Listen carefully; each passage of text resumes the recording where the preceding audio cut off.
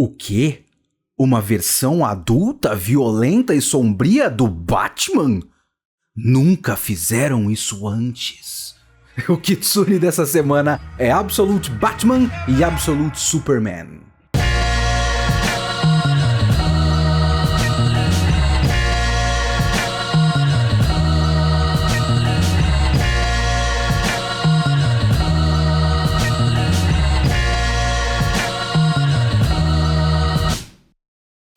Como sempre, o Kitsune da semana é um oferecimento dos apoiadores do Catarse. O nosso financiamento coletivo está na descrição deste vídeo e você também pode colaborar. Além do financiamento coletivo, sendo um membro do canal, que eu já falei várias vezes aqui, que é o valor mais baixo do YouTube, que é R$ 3,99, e eu estou viajando porque o valor mais barato do YouTube é R$ 5,99. Então eu menti pra vocês, mas confia em mim, não é maldade, é burrice. Então seja um membro do canal para poder assistir vídeos adiantadamente, como este aqui, que já foi liberado para os membros antes de ser liberado para todo mundo. Muito obrigado, não esquece de se inscrever no canal, de comentar, de dar like no vídeo, compartilhar e tudo mais. Vambora. Piadinhas à parte, não, o Absolute Batman ou a linha Absolute não é só a linha mais adulta e sombria e violenta dos heróis da DC. O que é a linha Absolute e por que eu estou fazendo esse podcast? Assim, a resposta rápida para a segunda pergunta é porque eu quero. E eu juro pra vocês que isso é um motivo muito diferente para o Kitsune da semana, porque de fato esse é um gibi que eu tô com vontade de ler faz tempo. Porque eu lembro quando foi anunciada essa nova série do Absolute Batman, e tinha aquela imagem do Batman gigantesco, fortão pra caramba e tudo mais, e pessoas falando que era bom. Eu falei, pô, tá, agora eu preciso saber o que é esse troço aí, né? E eu fiquei com vontade de ler faz tempo, desde o lançamento. Por que eu estou fazendo apenas do Batman e do Superman? A resposta é, novamente, porque eu quero. Mais uma vez justificando essa resposta, eu sei que tem outras séries. Eu acho que o lançamento, o anúncio inicial foi com Batman, Superman e Mulher Maravilha, e agora tem Caçador de Marte, Lanterna Verde e Flash. Eu não lembro se tem mais algum além disso. E assim, não é porque existe uma linha e que eles são interconectados que você tem que ler tudo. É assim que funciona o gibi de herói.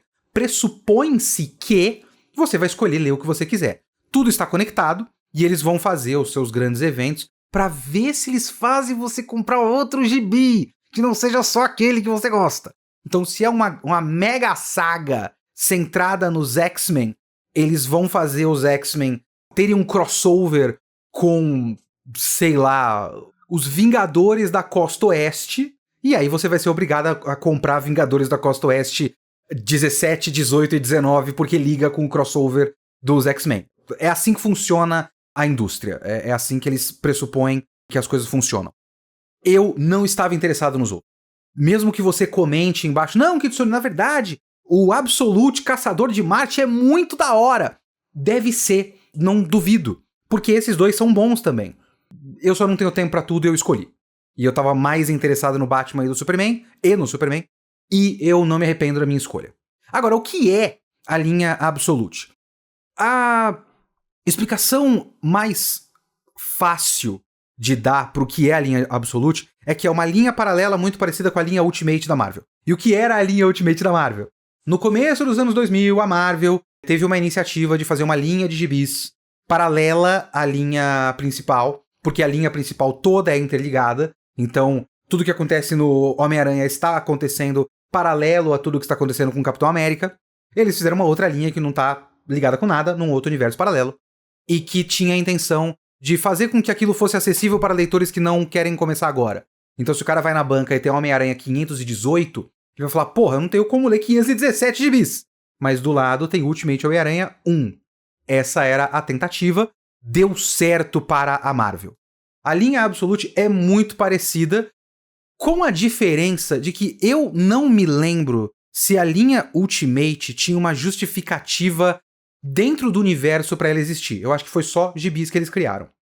A linha Absolute tem uma justificativa dentro do universo, que eu não li. E eu não estou ligando para isso.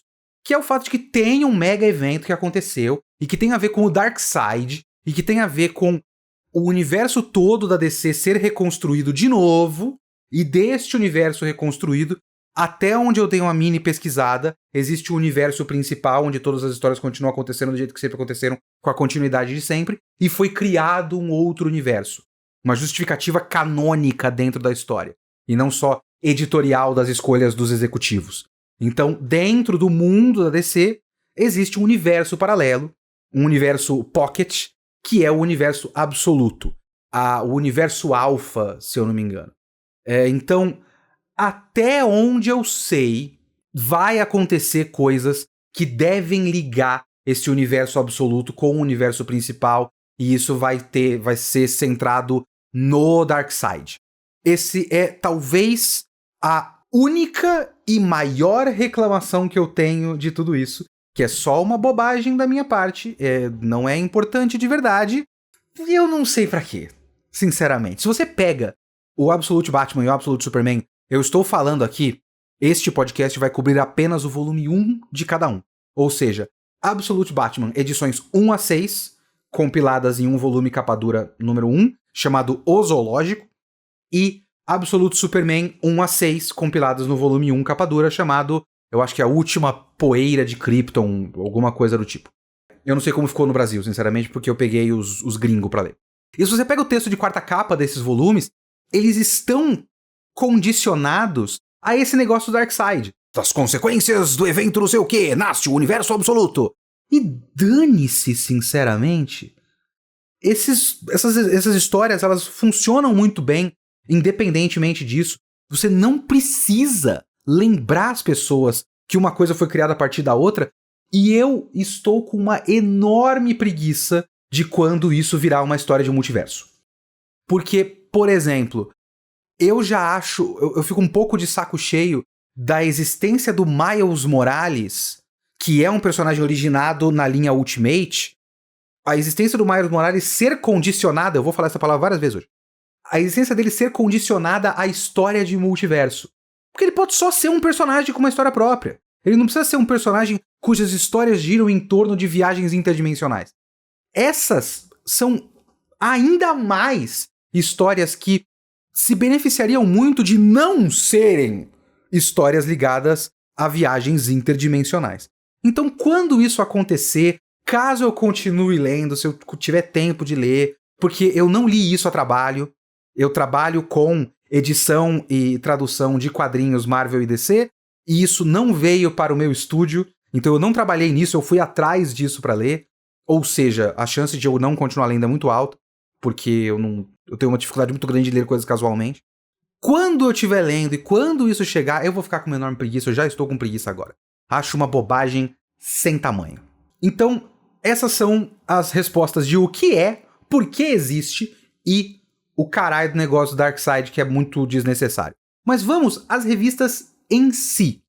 Porque, como eu falei, foi iniciada uma nova linha de histórias. Então você tem a revista Absolute Batman, Absolute Superman, Absolute Mulher Maravilha. Eu acho que aqui no Brasil eles vão deixar em inglês Absolute e não Absoluto. Até pra confundir menos, lá na gringa confunde bastante, mas pra confundir menos com as edições absolutas da DC, que é uma linha de compilações de histórias clássicas.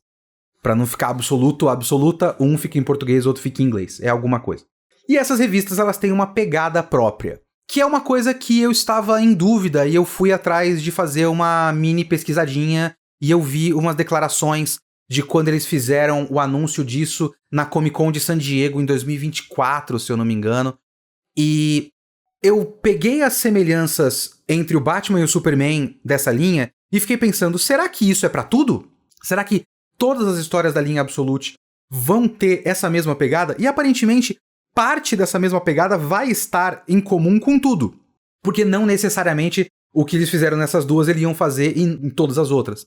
Mas existe uma ideia de pegar esses personagens clássicos e colocar em posições diferentes. Em posições menos privilegiadas, principalmente. É modernizar o personagem e colocar ele num ambiente e ter uma nova história de origem que faça com que eles tenham menos privilégios. Porque existe uma coisa, principalmente da Trindade da DC, de eles serem personagens que... Fala-se muito da DC disso, que os personagens da Marvel são humanos, os personagens da DC são deuses. Como se o Batman, o Superman e a Mulher Maravilha fossem uma trindade de deuses. O termo trindade já é um termo muito divino. O Superman é talvez o ser mais poderoso, tirando deuses. Com certeza tem um ranking e tem caras mais fortes do que o Superman. Mas o Superman é ultra poderoso. O Batman é um milionário e um dos maiores guerreiros da Terra, um dos maiores gênios da Terra. E a Mulher Maravilha é uma semideusa, filha de deuses, criada num ambiente de Amazonas, treinada pra ser uma guerreira, então ela é super poderosa também. Então tem esse bagulho de eles estarem em posições muito privilegiadas. Na Absolute Batman e na Absolute Superman, a ideia foi tirar eles dessas posições, aparentemente nas outras revistas também. Vamos começar pelo Batman, porque eu acho que ao fazer essa tentativa de modernizar, mudar o personagem numa versão alternativa e colocar ele numa posição menos privilegiada, eu acredito que o brainstorm para chegar na ideia dessa trama e desse novo conceito do personagem tá muito condicionado, para usar a palavra de novo, tá muito condicionado a duas coisas muito fortes, principalmente quando você faz remakes, né? Isso é, de certa forma, um remake. O primeiro é a grande armadilha do remake, que é pegar o original e tentar consertar os defeitos do original que todo mundo fica comentando. Então, pegar as coisas que são muito fantasiosas e tirar essa fantasia. É, por exemplo, o que o Batman do Nolan faz quando dedica 2/3, 1/3 do filme a explicar por que o uniforme do Batman tem chifrinho. Tem chifrinho porque nessa versão o chifre é onde ele coloca o GPS e o rádio dele. Não é porque ele quis fazer uma fantasia que parece orelha de morcego. Tem um motivo prático. E esse gibi tem muito disso. Muitas vezes é muito legal, e eu vou chegar nesse ponto já. Muitas vezes é só meio cringe. Mas eu acho que o que mais pega no conceito desse personagem é ele estar condicionado à grande discussão que é: o Batman é fascista? Que isso? É uma discussão muito recorrente do Batman. E eu vou dar a minha opinião, que eu já devo ter dado em outros podcasts, mas eu vou dar de novo a minha opinião. Talvez você já esteja familiarizado com a minha teoria do ligue os pontinhos para os super-heróis Marvel e DC. Que é o seguinte: essas histórias existem há muito tempo. O conceito dessas histórias foi criado há 80, 70, 60 anos atrás. E muitas coisas mudam, mas cada autor pega o conceito do personagem ao longo da história e faz a sua própria versão. É isso que eles sempre querem fazer. Quero fazer o meu Batman, o meu Homem-Aranha, o meu Demolidor, os meus X-Men. O que eu acho que esses personagens significam, certo? E não é como se os personagens fossem uma tela em branco. Eles são um desenho de ligar pontinho. Aquele bagulho que você tem os pontinhos, tem o número 1, 2, 3, você liga e forma um desenho. E aí cada um desses personagens tem uma série de pontinhos que você precisa mais ou menos obedecer.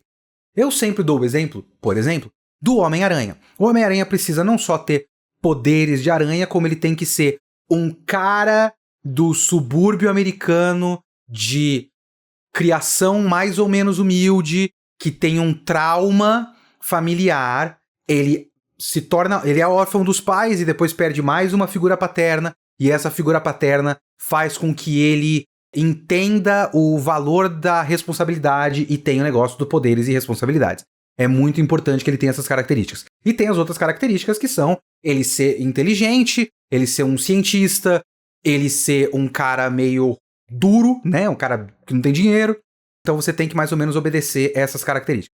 Quando você liga esses pontinhos, você forma o Homem-Aranha e você pode colocar um monte de outras coisas desde que você obedeça esses pontinhos. Então você pode pegar esse personagem com todos esses pontinhos e fazer uma história de ficção científica ou fazer uma história de fantasia, colocar ele no espaço, colocar ele num terror existencial, desde que você obedeça os pontinhos. Os pontinhos de um Homem-Aranha são muito complicados de você criar um cara fascista. Ele é um cara humilde do subúrbio, que nunca tem dinheiro e que tá sempre muito ligado à sua comunidade, aos seus arredores, proteger as pessoas. Os pontinhos básicos que formam o Batman são muito fáceis de criar um fascista. Ele é um cara milionário com todos os recursos possíveis, com o histórico todo da família dele ligada à elite de uma cidade específica, e a maneira dele de consertar a cidade é só bater em bandido, e todos os bandidos acabam sendo caras que estão abaixo dele na pirâmide social, porque ele está no topo da pirâmide social, então todo mundo vai estar abaixo dele na pirâmide social.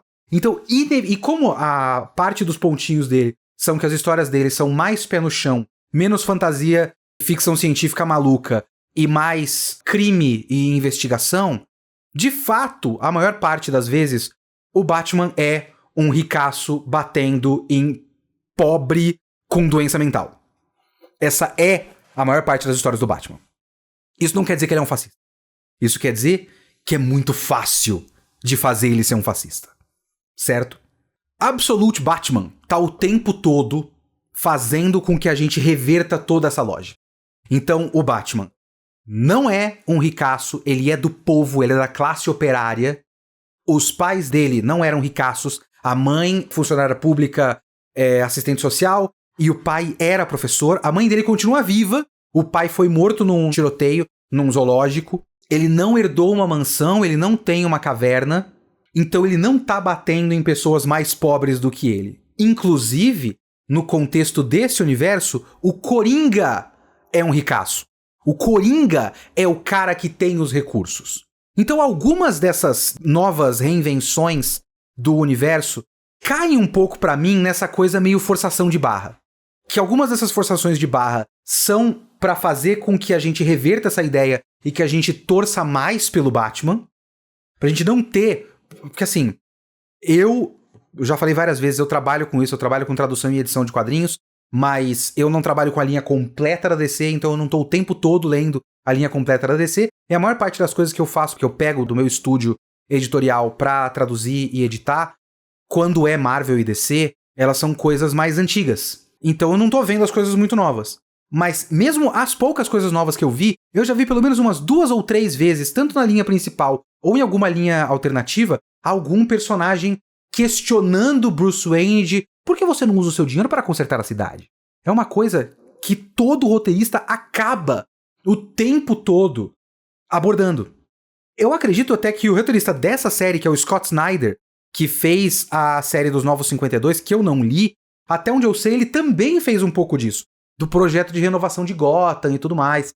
Então tem um pouco da ideia de, não, olha só, o meu Batman vai sim pensar em reconstruir a cidade. Então como eles estão o tempo todo pensando nisso, e também tem o bagulho de, essa série vai ser diferente, então ela vai ser mais violenta, mais casca-grossa e tudo mais, algumas coisas são, pra mim, um pouco cringe.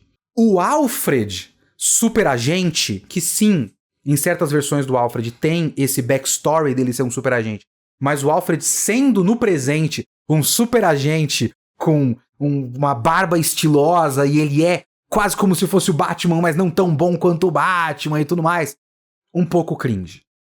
O uso de certos termos, só que não do jeito que você acha. Então, por exemplo, em vez de ter o Asilo Arkham, tem um bagulho da grande organização criminosa que tem a ver com o Coringa, de criar black sites, sabe? Que são locais clandestinos e criminosos, então, sei lá, prisão particular, local de tortura e tudo mais. Ele criou black sites, que são os ARCs.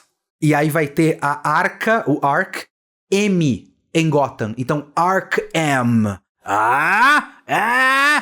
Ou até, talvez, o momento mais cringe de todos nesse gibi. Eu vou ter que explicar pra vocês um longo trocadilho, porque o Scott Snyder passa 2 ou 3 páginas desenvolvendo o trocadilho pra fazer essa punchline, né, desse trocadilho. que é o fato de que, na teoria militar, tem horas que você tem que aprender a recuar e tem horas que você tem que aprender a avançar. Então, eu acho que, se eu não me engano, ele usa fallback e advance forward. Então, fallback, recuar, FB, e advance forward, que é AF. Se eu não me engano, é isso. Mas, o Batman, ele nunca recua. Ele não sabe o que é recuar. Ele só avança. Batman AF. Que no caso significa, tipo, Batman Advance Forward, mas é um trocadilho com Batman as fuck. Tipo, Batman pra caralho. Que seria... Eu fiquei pensando como eu adaptaria isso e eu cheguei num bagulho que eu nunca usaria porque não ia dar pra usar. Que seria, tipo, na teoria militar você tem que aprender a recuar e você tem que aprender a avançar. Mas o Batman, ele é uma máquina que só avança. Uma máquina de... Ele é uma frente ostensiva de defesa e ataque. Batman foda! É tipo isso, sabe? É muito bobo. Quando eu li Batman AF, esse foi realmente o bagulho da vergonha alheia que repuxa, sabe? Esse foi complicado. Mas tem muita coisa que funciona nessa história. Muitas coisas práticas funcionam nessa história. Como, por exemplo, existe um flashback, eu acho que tem uma edição quase inteira dedicada a fazer um flashback dos primeiros dias do Batman, de como ele desenvolveu a rede dele, digamos assim, né? O método dele. Porque tem a história de ele querer fazer o negócio lá de botar medo nos bandidos e tudo mais. E tem um momento que ele cria uma fantasia mais fantasiosa, que ele coloca uns dentes de vampiro e uma luz vermelha no olho e morde o cara, porque ele queria parecer tipo um monstro. E aí ele quase mata um maluco e fala, não, nada a ver, não é isso que eu tenho que fazer. E tem um paralelo com quando ele era criança, falando com o pai, que ele queria fazer um projeto, ele estava participando de um concurso para fazer um projeto arquitetônico de uma ponte. Uma coisa meio projeto de ciências para crianças com altas habilidades, digamos assim. E ele fica muito pensando, eu acho que tinha que ser ligado com animais do zoológico. E ele fica pensando no morcego, e aí ele desenvolve uma ponte, que é tipo uma ponte retrátil ultra leve, baseada no design, na mecânica, na biomecânica da asa do morcego. E ele reaproveita isso pro uniforme dele. Então o uniforme dele pensa na biomecânica dos morcegos, no dedão, que eles andam com o dedo no chão, que isso vira uma garra, que ele agarra nas coisas. Ele não tem uma capona, mas a capa dele tem essas funções mais práticas do que só paragliding e tudo mais, só planar. E aí tem o fato de uma grande metáfora dele, que é o fato de que ele é um construtor. Então, ele é um cara que passou anos, em vez de só ficar treinando como um ninja e tudo mais, ele passou anos passando de lugares em lugares em Gotham, trabalhando em várias áreas. Então, ele trabalhou em construção civil, ele trabalhou na infraestrutura de esgoto da cidade, ele trabalhou na administração da cidade, ele foi passando em vários lugares para ele aprender como a cidade funciona em cada canto da cidade e ir formando as bases dele em vários lugares e tudo mais. Então, a maneira como ele conhece a cidade é muito mais inteligente do que só eu conheço essa cidade como a palma da minha mão. É muito prática. É menos da hora do que ele treinar com ninjas. É, porque ninja é da hora.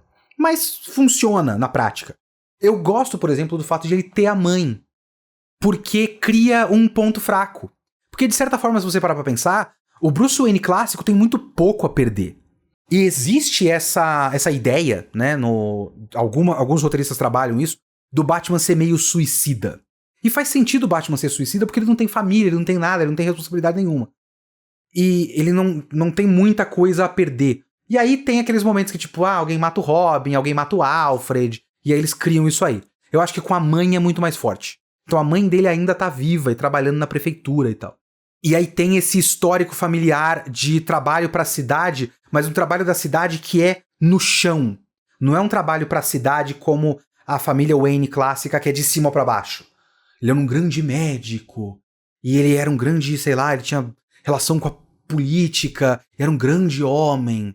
Qualquer porra dessa que era a família Wayne antiga. Não, eles estão trabalhando, tipo, o pai dele era um professor de escola, a mãe é assistente social, tá vendo as pessoas no nível que as pessoas estão, não olhando pra cidade de cima pra baixo, sabe? Então essas coisas funcionam de fato. E também, esteticamente, é um gibi bastante legal. Eu não gosto da arte, eu esqueci o nome, Nick Dragotta é o nome do desenhista. Eu não gosto dos rostos dos personagens, mas o Batman, como Batman, com o capuz, é muito legal. É muito interessante ele ter feito o Batman gigantesco de forte, porque existe esse bagulho, né, do Batman de smoking disfarçado na alta sociedade. Se fosse o Batman do jeito que ele deveria ser, todo mundo ia ver o The Rock de terno, com aquele terno coladinho, né? Mas esse não, esse é um cara que não tem que ter esse compromisso, então ele é muito, muito forte. E faz mais ou menos sentido ele ser muito forte, porque ele é tipo...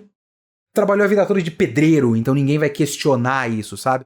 E aí, visualmente, ele fica um tanque. Eu gosto de uma parte... eu acho, sei lá... eu gosto da metáfora, mas não gosto na prática, do fato de ele ser um construtor e aí ele ter usado o morcego como ponte antes, mas agora ele usa o morcego como um machado, que é aquele morcego do peito dele que ele arranca. Eu gosto como ideia, mas ao mesmo tempo o Batman com o machado é tão forçadão pra mim, então eu não sei. Tem algumas coisas nesse gibi que eu acho um pouco demais. Acho um pouco Ash de barba, tá ligado? Eu não sei se essa referência alguém vai entender, mas teve uma época que os caras... pessoas aqui no Brasil estavam fazendo uma fanfic, aí os caras iam publicar um livro, aí todo mundo ficava falando que, pô, como é que você vai publicar um livro sem a licença da Nintendo, etc, etc. Mas era uma fanfic de Pokémon, e era o Ash do anime contra o Red dos jogos no futuro e tal. E aí tinha um desenho do Ash de barba. E aí o Ash de barba virou meio sinônimo de reboot adultão. E tem uns momentos meio Ash de barba. Tipo, o Alfred no começo, falando: eu estou de volta a Gotham, e eu estou aqui pra fazer umas coisas ruins. Eu acho meio bobo, sabe? Enfim, esse primeiro volume, ele tem um arco de histórias. Ele é a introdução desse universo, e ele termina com um cliffhanger do próximo arco de histórias. Então, ele começa com um teaser do que está por vir, mas ele tem uma trama com começo, meio e fim. E a trama é ok. Tudo bem com ela, sabe? A trama desse volume, ele é o seguinte, desse primeiro arco que vai da primeira à sexta edição do gibi, e que se chama O Zoológico, é uma trama que em Gotham começou uma onda de crimes absurda, aumentou em 700% a taxa de homicídios, se eu não me engano, porque tem uma nova gangue, e essa gangue é a gangue dos Party Animals. Eu não sei como eles deixaram aqui, eu não li esse gibi na versão brasileira. Mas Party Animal é uma gíria em inglês pra, tipo, gente que vai pra balada o tempo todo. Mas a ideia é que eles são animais. É por isso que é zoológico, e aí o pai do Batman morreu num zoológico e ele se inspira nos morcegos e tudo mais. Então tem muito de animalesco e talvez fazer uma metáfora com Gotham como um grande zoológico onde as pessoas são meio que animais irracionais que podem ser incitadas a agir como selvagens, digamos assim. Existe um pouco essa ideia. Essa gangue é liderada por um cara chamado Máscara Negra. Esse cara tomou o submundo do crime e tem muitas pessoas agora, vários criminosos vestindo máscaras de animal, de máscara de macaco, se eu não me engano, e eles estão matando à torta e à direita. E vai se descobrindo que essas máscaras, elas têm uns visores com metas, e esses caras estão sendo pagos. Então é como se fosse um jogo. A grande catarse, o grande clímax desse arco, né, o terceiro ato desse arco, é quando uma espécie de purge, sabe o purge dos filmes? Que o crime é liberado? É uma espécie de purge é criada em Gotham. Os caras jogam caixas com essas máscaras e armas, né? E quem coloca esse negócio tem um visorzinho com metas, objetivos. Então, tipo, o Gordon, que é prefeito nessa história, já foi policial, mas é prefeito, o Gordon é $1 milhão. Mata o Gordon e você ganha $1 milhão. Então, os caras são incitados a matar por dinheiro. Então existe uma parte dessa trama que é tentar comprar o Batman. E é aí que tem essa ideia do Batman sempre avançar. Porque ele é, tipo, boa parte do arco dramático desse volume é o Batman provar pra todos e pra si mesmo que ele é incorruptível. Ele tem uma certa vitória, mas não é uma grande vitória. Semi-spoilers aqui, tá? Não é uma grande vitória, porque Ele acredita que ele vai fazer aquele momento onde ele tá transmitindo a conversa com o cara pra todo mundo, que todo mundo vai perceber o que tá acontecendo. Mas não, ele não consegue convencer a população de que o crime não compensa, digamos assim. Porque na hora que ele tá fazendo isso serve pro Máscara Negra espalhar pra todo mundo que, ó, então agora o mundo está uma merda, vamos só se divertir, vamos matar e eu vou pagar vocês pra isso. E aí que tá uma parte que eu quero debater um pouco. Porque existe um contraste muito interessante pra mim, que de certa forma eles são muito parecidos, mas também são completamente opostos, entre o Absolute Batman e o Absolute Superman. Porque os dois são críticas sociais. Eles são. Eles são maneiras de colocar esses personagens com o pé no chão pra estar no nosso nível, digamos assim, pra gente poder se identificar mais com eles. Eles são classe operária, eles são pessoas comuns tentando combater as elites, se afastando das elites, né? E lutando de baixo pra cima e não de cima pra baixo. Mas eu acho que o Absolute Batman Volume 1, mais uma vez, são apenas 6 edições, a série continua. Lá nos Estados Unidos eu acho que tá na 16 ou 17. Nesse começo, esse primeiro volume tem, como eu já falei, uma trama com começo, meio e fim.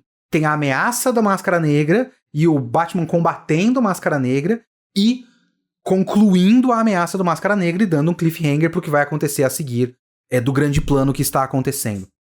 E eu acho que a história resolve, o começo, meio e fim dessa trama que tem a ver com Máscara Negra e tudo mais, resolve a trama, mas não tem uma grande profundidade nos debates que ela se propõe a fazer. Porque existe um debate meio nihilista nessa edição, nesse primeiro volume do Batman, que é a ideia de que as pessoas podem ser compradas. Existe um discurso de que o Batman, ele é uma esperança. Ele faz uma relação que é a seguinte: quando ele tá fazendo aquele projeto, quando criança, da ponte com a asa do morcego, parte da ideia é ele tentar capturar a essência do que é um morcego. E aí ele chega na conclusão, ele primeiro tem um método mais violento, tipo, ele tem uma ponte que parece um morcegão e que vai intimidar as pessoas. E o pai dele fala: mas você quer que as pessoas fiquem com medo? Você não tá fazendo uma ponte? Não faz muito sentido. Aí ele chega no ponto de fazer essa ponte retrátil e leve, que pode ser colocada em áreas de desastre e tudo mais, porque o pai dele fala: pô, mas esse é um projeto que parece meio impossível de ser concluído, né? Como você quer um metal super leve, retrátil, não sei o quê, que as pessoas vão passar por cima e tal. E aí ele fala: mas é que eu acho que o morcego, como o único mamífero que voa, ele vai contra tudo que a gente acredita.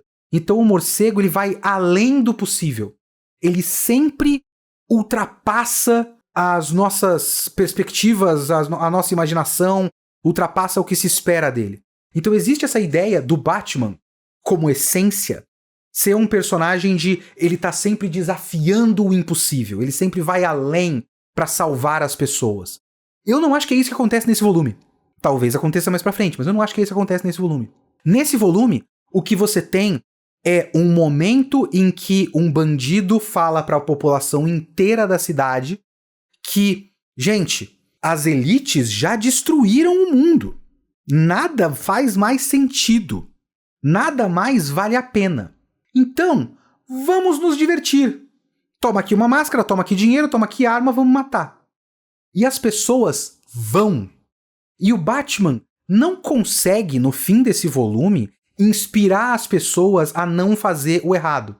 Ele consegue impedir, ou destrói lá o bagulho do sistema todo, e as pessoas veem que não vai ter mais dinheiro pingando caso eles matem pessoas, e elas desistem. Não é que elas desistem porque é errado matar, elas desistem porque não tem mais o dinheiro. Então, eu acho que não chegou-se a conclusão nenhuma. Mais uma vez, é só o volume 1.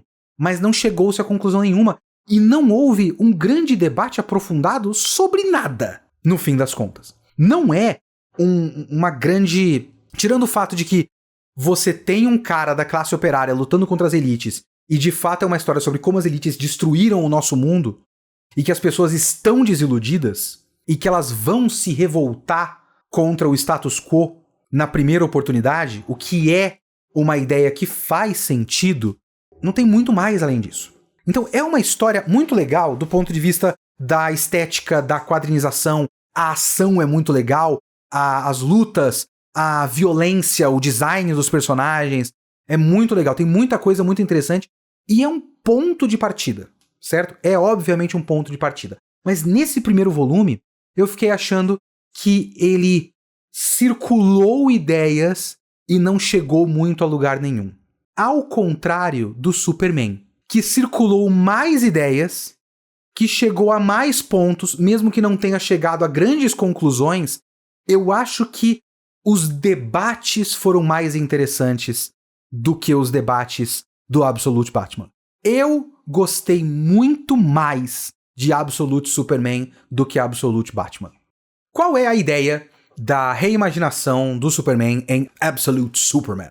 A ideia aqui é que esse Superman, ele não é o cara que... o bebê de Krypton que caiu na Terra e foi criado pelos Kent. Ele foi criado por Jor-El e Lara-El. Esse é o nome dela, eu esqueci agora. Mas ele foi criado em Krypton até os seus 12 anos de idade, mais ou menos. E aí sim, o planeta explodiu por negligência, os pais dele tentaram impedir e ninguém quis ouvir, e ele caiu aqui. Nessa história, ele passou muito pouco tempo com os Kent, ele já chegou como um adolescente, e ele ficou muito pouco tempo com os Kent. E aí a gente tem um salto que é, depois de alguns anos, esse Superman é jovem, ele não é um cara que tem, sei lá, normalmente o Superman é desenhado pra parecer ter uns 30 para 35, digamos assim. Esse é um Superman desenhado pra ter, digamos, 19 para 20. E ele vai indo pelo mundo tentando livrar as pessoas de uma megacorporação. E tentando livrar o povo de uma megacorporação. Neste universo existe a corporação Lazarus, e essa corporação Lazarus, ela controla um monte de coisa. A gente começa a história no Brasil, porque eu acho que teria um desenhista brasileiro pra fazer esse gibi, que eu acho que era o Rafael Albuquerque, mas eu acho que o Rafael Albuquerque foi pego nas enchentes do Rio Grande do Sul e não conseguiu desenhar. E aí foi um outro desenhista chamado Rafael Sandoval, Rafa Sandoval, se eu não me engano, que eu chuto que seja mexicano, se eu não me engano, de cabeça. O desenho é lindo, eu adoro o desenho desse gibi, o roteiro de Jason Aaron. Mas eu acho que por conta de ter o roteirista brasileiro, talvez algumas das inspirações tenham vindo do Rafael Albuquerque. Então boa parte dessa história se passa no Brasil. Então você tem uma mina de esmeraldas sendo explorada pela megacorporação, e essa megacorporação tem os seus próprios enforcers, os seus próprios soldados, que são os pacificadores. Tem vários caras com a armadura do pacificador, sabe o John Cena? Esse cara. Então não tem um pacificador, tem vários pacificadores que estão a serviço de uma megacorporação. Então você tem uma megacorporação, né? Basicamente controlando o mundo todo, porque essa megacorporação não está só explorando esmeraldas no Brasil. Tem vários países do mundo. E essa megacorporação também comprou a fazenda Kent e expulsou os Kent de lá. E é assim que o Superman conheceu a Lazarus. E aí ele vai passando por vários lugares do mundo que tem a Lazarus combatendo a Lazarus diretamente. Num desses negócios meio cringe de olha como essa história é muito mais edgy do que o normal, a Lois Lane não é uma jornalista, ela é uma agente da Lazarus. Ela é a agente Lane. A primeira vez que ela interage com o Superman é dando um tiro na cara dele. Ela dá vários tiros na cara dele ao longo da história. Mas ao longo da história ela vai simpatizando mais com ele. A estrutura da história é interessante porque, no caso do Batman, o primeiro volume é muito mais focado em resolver a trama do primeiro volume, que tem a ver com Máscara Negra e tudo mais. E você tem eventuais flashbacks para a infância do Bruce Wayne com o pai, a morte do pai e tudo mais. Eu até esqueci de citar que ele já conhece todos os vilões e os vilões não são vilões. Então ele é amigo do Pinguim, mas o Pinguim é só um cara que era amigo dele. Ele é amigo da Mulher Gato desde criança, mas é só uma mina. E aí depois, provavelmente, eles vão virar vilões, né? De alguma forma. Porque o Bruce Wayne usa esses caras, né? Enfim, vou chegar lá já. Já no caso do Superman, ele tem uma estrutura narrativa, um ótimo roteiro do Jason Aaron, paralelística, digamos assim, né? Uma narrativa paralela. Ele tá o tempo todo cortando entre o passado, né? Os últimos momentos de Krypton, os últimos, sei lá, meses de Krypton, e esse começo das batalhas do Superman como um vulto, uma lenda urbana, de tipo, porra, parece que tem um cara andando pelo mundo e acabando com as operações da Lazarus, e ele parece super poderoso. O que está acontecendo? Ninguém sabe ainda que existe um Superman. O nome Superman é dado pela Lois Lane num relatório, ironicamente. Esses momentos, né? Puta, como eu odeio esses momentos Han Solo, do filme do Han Solo, sabe? De nomear o personagem de uma maneira... Ah, não é ele que decidiu se chamar Superman. É a Lois Lane que bate nele e fala: parado aí, ô Superman! Ai, que preguiça. Mas enfim. Eu vou dizer que o Absolute Superman me deu muito menos motivos cringe do que o Absolute Batman, tá? Enfim. Mas toma-se muito tempo pra estabelecer esses últimos momentos de Krypton. E os últimos momentos de Krypton são sempre feitos em paralelo com o nosso planeta. Então você tem uns temas de negacionismo, fake news, IA tem a ver com essa história, ambientalismo, grandes corporações e capitalismo controlando e destruindo o mundo através de destruição ambiental e hiperexploração dos recursos naturais do planeta, porque o tempo todo você tem o paralelo de a Lazarus estar extraindo os recursos da Terra, enquanto os clérigos da elite de Krypton estavam explorando tanto, passaram milhares de anos explorando tanto o planeta que o planeta ia explodir e explodiu. E você tem também aqui, assim como você tem o Batman construtor na construção civil, utilizando os seus conhecimentos. Até tem um detalhe genial, desculpa ficar indo de um pro outro, porque eu esqueci de um detalhe. Uma das coisas mais legais do Batman, do Absolute Batman, é o fato de que ele trabalhou na construção civil, então ele construiu um arranha-céu, 3 torres de arranha-céu, que ele sabia que não estava sendo usado para nada e só para especulação imobiliária. Então ele fez uma das bases dele no topo do arranha-céu, porque ele sabia que ninguém ia para lá, porque só foi construído porque as elites querem, né, concentrar recursos. É bem interessante.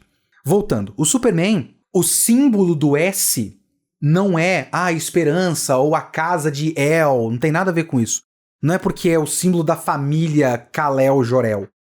É o símbolo da classe baixa, da classe trabalhadora de Krypton. Porque Krypton era uma sociedade altamente estratificada, então se você é um cara da elite econômica, e a elite econômica é a elite científica, no caso de Krypton, então você sempre está com a roupa que marca o símbolo, que é um sol, inclusive, da elite científica, que é o topo da cadeia, o topo da pirâmide social de Krypton. E todo mundo que é da classe mais baixa, da base da pirâmide social de Krypton, tem que usar no peito, como se ele estivesse lá num campo de concentração, o símbolo de que eu sou da classe baixa, que é o símbolo do Superman. Então o símbolo do Superman nessa história é um símbolo da classe operária, o símbolo do cidadão comum, o símbolo do trabalhador, sabe? Ele é só um cara comum nessa história.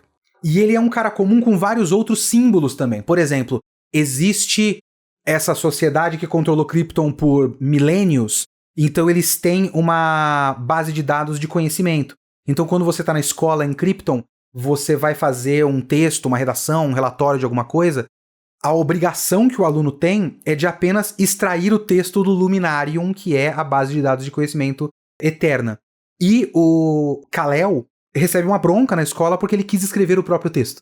Então é a brincadeira com ele ser, na versão original, um jornalista, mas também é um comentário sobre como a IA generativa de hoje, que é um grande incentivo, um grande movimento das big techs e das grandes corporações para empurrar uma tecnologia goela abaixo nas pessoas, é também uma maneira de controlar a opinião, de controlar o fluxo de informação.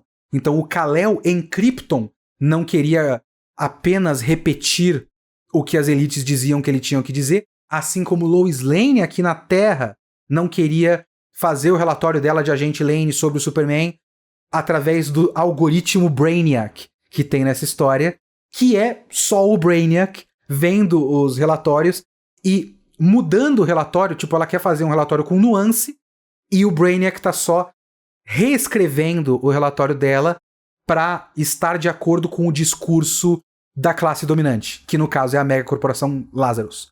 Então você tem esse comentário com IA, você tem o comentário, como eu já falei, de mega corporações, controle de tudo. Tipo, o fato de que praticamente nesse primeiro volume não existe um governo. No Batman tem um prefeito em Gotham, mas não existe um governo nesse primeiro volume. Deve ter alguma hora um presidente, um prefeito de metrópolis e tudo mais. O que tem é só a corporação, só Lazarus, num controle super 1984. Lazarus é vida, eles têm um discurso de, sabe, de novilíngua, de trocar sentidos das palavras e tudo mais.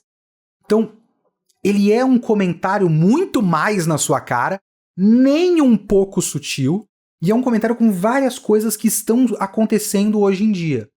É muito interessante. E é muito interessante também nos outros conceitos que mudam do personagem. Por exemplo, o fato de que o uniforme do Superman, além de ter o símbolo que é da classe trabalhadora também, é um bagulho que vem da nave que a mãe dele criou, e a capa é da poeira de Krypton, porque ele gostava do pé no chão. A primeira imagem dele da capa do volume 1 não é ele no céu, olhando de baixo pra cima o planeta. É ele andando. E a capa dele não é pra criar uma figura imponente, é a poeira de Krypton, porque ele é um moleque que gostava do chão de Krypton. Ele gostava do planeta, ele gosta das pessoas, sabe? Então tem muitas coisas que são legais, a arte é linda, eu adoro a arte desse volume, mas o que ele tem de mais interessante e mais aprofundado, acredito eu, mais incisivo nas críticas do que o Batman, ele perde no fato de que ele praticamente não tem uma trama nesse primeiro volume. O primeiro volume do Batman tem um começo, meio e fim, tem um arco de histórias. Esse é realmente só uma introdução de conceitos. 6 edições em que você é apresentado aos personagens, você é apresentado ao Superman, você tem vários flashbacks para apresentar o que aconteceu em Krypton, você tem a apresentação do que é Lazarus e tudo mais, mas não tem tipo, na primeira edição tem um certo inimigo e ele vence esse negócio e tem o cliffhanger para uma próxima fase. É realmente só o prólogo da grande mega saga do Superman. Tem uma coisa que eu acho curiosa de você pensar no ambiente das histórias, que é o fato de que alguma hora, e eu acho que já foi anunciado pelo menos um crossover Batman-Mulher Maravilha, mas alguma hora esse universo todo vai ser unificado, tipo, vai ter crossover, o Batman vai se encontrar com o Superman, eu não sei se eles vão criar uma Liga da Justiça, parece muito estranho esses personagens criarem uma Liga da Justiça. Mas alguma hora eles vão, porque isso é um universo coeso. O universo Absolute é um universo coeso. E eu já acho estranho o universo coeso já de agora. Porque eu acho o conceito todo do universo do Superman, da revista do Superman, tão bom que não dá pra qualquer outra revista ignorar. Principalmente a revista do Batman. Porque Lazarus, como uma grande metáfora para as grandes corporações e as grandes big techs estarem se apoderando de todas as camadas de poder no mundo e estarem minando o poder público para tirar a escolha das pessoas, é o tipo de bagulho que devia estar acontecendo em Gotham. As ameaças de Gotham parecem qualquer coisa quando você pensa no Lazarus. Inclusive, quando você vê quem está por trás do Lazarus, faria muito sentido a trama desse gibi do Superman ser a trama do gibi do Batman. Então, pra mim, trocava. Não trocava, mas na verdade fazia a mesma coisa. Pegava a trama do Superman, do Lazarus e os cacete no Batman. Porque no fim das contas, esses dois personagens, nesse universo, nesse novo conceito, eles estão abordando a mesma, sabe, o mesmo ponto nevrálgico. Olha a terminologia, hein? A mesma coisa que é importante nos dias de hoje. Os caras, assim, eu já ouvi dizer que o universo Ultimate da Marvel era uma tentativa de reimaginar a Marvel no mundo pós 11 de setembro, porque o 11 de setembro é um bagulho realmente que mudou os Estados Unidos e a cabecinha deles, eles ficaram completamente malucos, ainda mais malucos depois disso, né? Então eles queriam reimaginar num mundo pós 11 de setembro. O universo Absolute também é uma reimaginação para modernizar para as queixas e as preocupações do mundo de hoje. E eu acho que eles fizeram um ótimo trabalho de reimaginar esses personagens para o mundo de hoje. E tem uma coisa que eu acho muito interessante, e é um dos momentos mais legais do texto do Absolute Superman, que é quando a Lois Lane tá pesquisando e falando com várias pessoas que foram salvas pelo Superman, pelo mundo, e um cara fala que as pessoas do mundo querem a raiva do Superman. Aí entra 2 pontos. Um é que Se tem um problema principal nesse gibi do Superman, que não é exatamente um problema, mas talvez fãs do Superman não gostem, é que eu acho que esse Super, que inclusive nem se chama Clark Kent, que ele passou pouquíssimo tempo com os Kents, então ele não tem um nome humano, ele é só Kal-El. Esse Superman é muito pouco Superman. É claro que o espírito do Superman sempre foi, e eu vou mais uma vez recomendar, que eu já recomendei antes em outro podcast, mas é um gibi muito legal, que é do Tom King, que chama Para o Alto e Avante. É uma historinha curta, independente, de 6 edições, 5 edições, e é bem legal. E é muito sobre isso, sobre o Superman se importar com todo mundo e ir ao máximo do seu esforço por seja lá quem for. Então isso tá ali, esse é o Superman nessa história. Mas existe uma atmosfera ao redor do personagem Superman que não existe nesse Absolute. Ele é muito mais cru, o que obviamente é o conceito. Ele é muito mais cru. Mas ele não tem aquela altivez.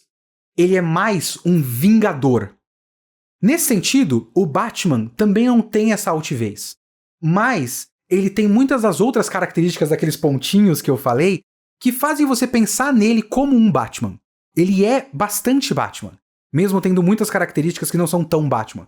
Principalmente o fato de ele ter muitos recursos por conta de ele ser um gênio. Sabe, ele é um grande lutador e ele é um gênio e ele se vira como dá por conta da sua criatividade e genialidade. De tecnologia, mecânica, arquitetura, sei lá, essas coisas, sabe? Então, parte do método dele é tentar ser um detetive e ir atrás da raiz dos problemas. Então isso tem bastante Batman. Só que talvez mais direto ao ponto e mais violento. E aí ele é também um grande vingador. Não no sentido Vingador Marvel, mas no sentido de, tipo, vingar o crime. Esse Superman é um grande vingador. E talvez essa história seja um grande arco para ele chegar naquela altivez do Superman. Mas ele é muito mais cru. Então ele não tem muito da atmosfera.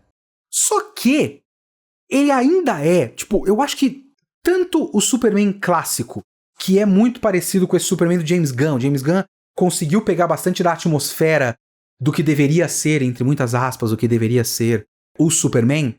Ele conseguiu pegar pra esse filme do Superman dele. E ele tem essa coisa de ser uma esperança pras pessoas. Se tipo, o mundo é ruim, o mundo é estranho, o mundo é complicado, mas você olha pro Superman e fala, pô, ainda bem que tem esse cara aqui. Esse Superman, ele tá num mundo que é horrível, um mundo detonado pelo sistema todo, um sistema que oprime a pessoa comum de cima pra baixo.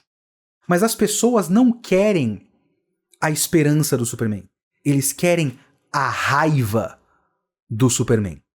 O que eu acho que é um bagulho que ele realmente pegou no ponto dos nossos tempos de agora. Se você é minimamente informado sobre o que acontece no dia a dia, você tá o tempo todo com raiva. O tempo todo com raiva. Toda hora que parece que você dá um passo pra frente, vem uns arrombados e dá 5 passos pra trás. Você tá o tempo todo puto. Então, às vezes, você tá o tempo todo pensando, puta que pariu, por que não cai um meteoro nesses caras? O Superman é um meteoro. E as pessoas querem que o Superman seja um meteoro.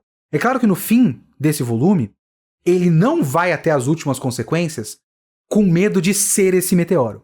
Com medo de matar um cara. Porque você também tem um cara que é um dos pacificadores que vai cada vez mais perdendo o controle. Que é também um comentário sobre cultura armamentista. Sobre uma cultura que faz com que esse cara se torne um paranoico por controle e autoridade e ele vira um assassino em massa. Como arma do poder. Ele é um cara armado pelo poder e ele usa o poder que foi dado a ele pelo poder acima dele e mata um monte de gente. E o Superman tá querendo ir atrás desse cara. Que esse cara matou um monte de gente. E ele para e fala, não, eu tenho medo do que eu vou fazer. Eu não vou atrás desse cara. Então o mundo quer que ele seja a raiva. E isso é uma ideia interessantíssima pra mim. Mas ele é um personagem como espírito, como experiência de leitura, pra mim ele não tem nada a ver com o Superman. Que não é um defeito. Não é um defeito. Eu gosto bastante. O Jason Aaron conseguiu, pra mim, fazer esse tipo de coisa, de reimaginar o Superman de uma maneira mais edgy, mais radical e tudo mais, e não me deixar com cringe o tempo todo. Absolute Batman me deixou um pouco mais crinjado. do que o Superman. O Superman foi bem menos cringe pra mim. Mas são 2 gibis muito bons, e eu tenho certeza que o resto do Universo Absolute também deve ser bastante interessante. Eu não devo ler, não estou com vontade de ler. Eu quis ler esses 2, e é isso que eu fiz. Beleza? Eu recomendo. Vai começar a ser publicado aqui no Brasil agora. Não sei qual formato, não sei qual o preço, não sei quem está fazendo, não sou eu que estou fazendo. Gostaria de estar fazendo, não sou. Eu queria ter traduzido esses gibis, não traduzi. Mas dá pra você comprar. Eu acho que o primeiro volume do Absolute Batman tá saindo. No selo Sem Limites, que é a nova fase. Podia só não estar ligado com nada, né? Porque a nova fase da DC é essa fase all in, que aqui ficou Sem Limites. E podia ser só separado, não liga com nada. Ai, quando os caras fizerem uma mega saga, onde o Batman normal vai se encontrar com o Batman Absolute numa mega saga pra combater o Darkseid. Ai, cara. Tão nada a ver, puta que pariu. Mas enquanto isso não acontece, tá bem legal.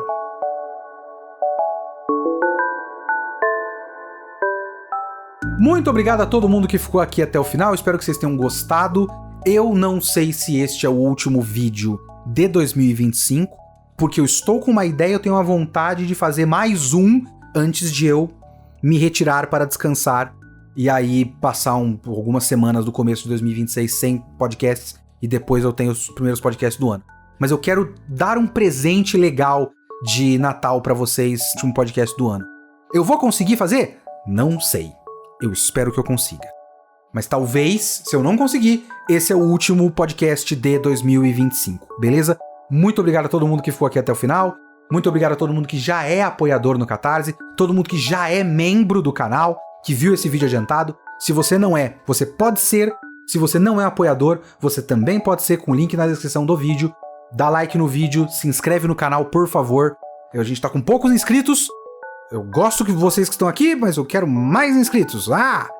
E comentem se você já leu, se você leu os outros, se você acha que esses estão mais legais, estão menos legais, se você discorda, concorda, etc. Muito obrigado a esses nomes que estão aqui ao meu lado, do top tier dos apoiadores do Catarse, do financiamento coletivo do Kitsune da semana. Obrigado a vocês, obrigado a você, e até a próxima. Falou!